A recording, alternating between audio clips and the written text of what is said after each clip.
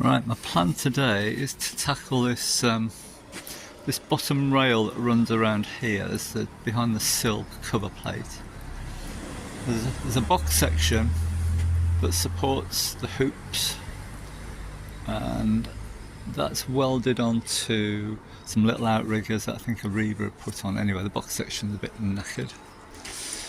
So I think the best way to get to it is to take all these panels off, which is a nightmare. But I've just started taking this off, and that came off remarkably easily. And I was quite surprised to find that this rubber section here is just like two overrider rubbers, and they were probably reused. I mean, they're a little bit rigid, but once I get them in hot water they'll soften up. And all the screws came out. There's loads of them. There's 3 here, here, here, and 2 at this end. So a lot of screws in that short section. So I'll carry on taking all the surface screws out, all these, and all around here, and then it all comes around the corner. I'll have to take this trim off to about here. Take this off, bumper off, and it goes on forever, doesn't it? Anyway, let's see how we get on.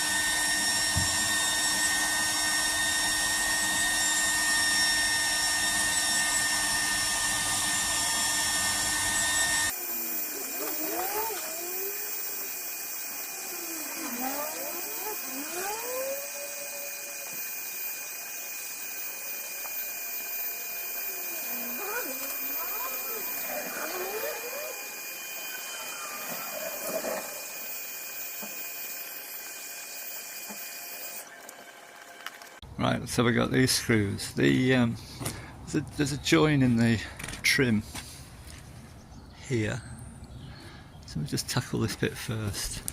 I was trying to do so like each side at a time, and then the back at the side, but they all overlap each other, so it's not going to be easy. Let's see what happens.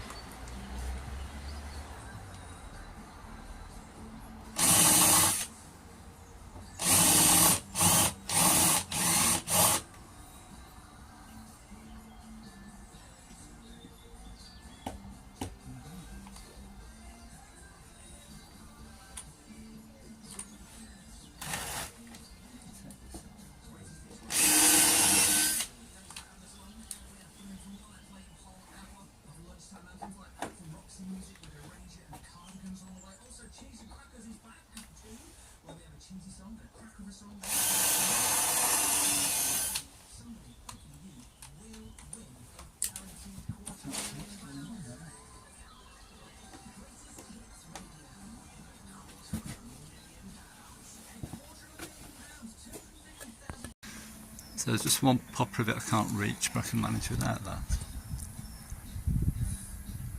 That's some nastiness there, isn't it? Okay, not too bad. I can manage with that. So I think I can make a pipe bender to bear square pipe out of this old brake disc.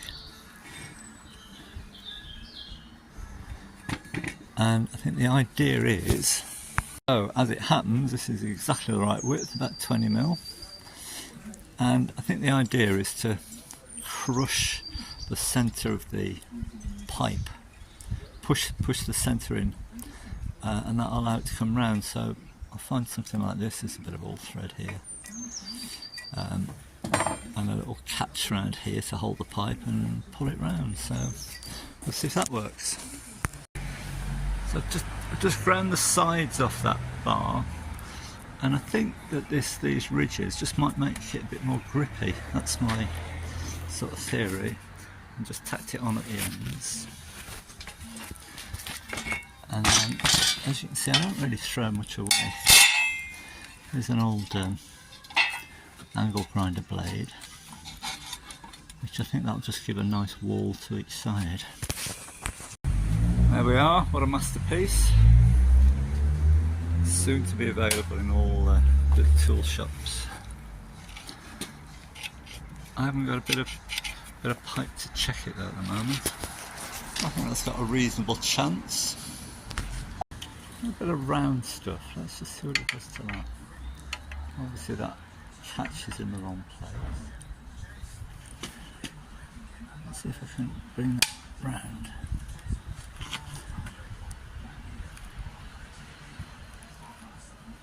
Just tighten up that disc. That seems to be working. Push it through a bit more.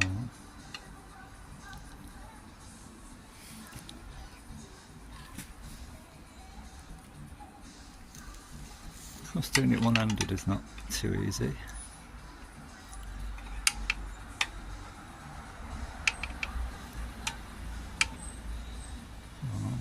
In the middle.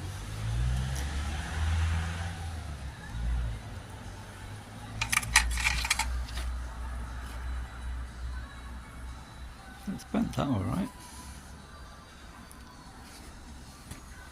That's quite a thick wall, that's nearly 1mm, I would say. Right. Okay, is this going to work? I don't think steel's cheap. This is 20mm box, 2mm wall. I would have liked a thinner wall, but I think that's only available in 19mm, and they didn't have that anyway. So we'll give that a go. I'm starting off with this gentle curve here. This is what I'm aiming for.